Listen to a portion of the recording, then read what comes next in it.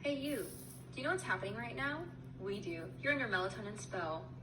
Melatonin is a very important hormone that regulates our circadian rhythms, and it is produced in many tissues, but mainly in the pineal gland.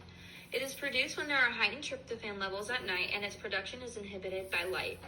Overall, melatonin signals your body to begin winding down, making you sleepy, and maintaining your internal 24-hour clock. Melatonin targets many central and peripheral cells and tissues throughout the body.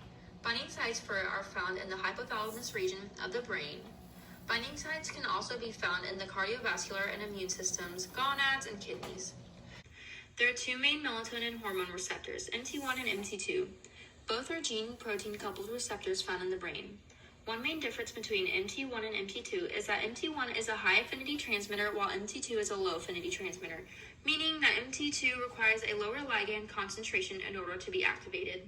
One main signal transduction pathway for melatonin is a cyclic AMP signaling pathway that operates on a negative feedback loop.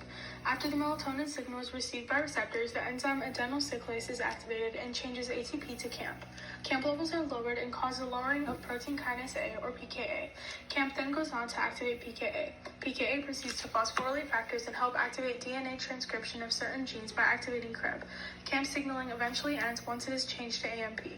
Melatonin receptors cause many cellular responses, including changing calcium levels, activating protein kinase C subtypes, regulating the G protein signaling protein, changing intracellular cyclic nucleotides, and localizing steroid hormone receptors.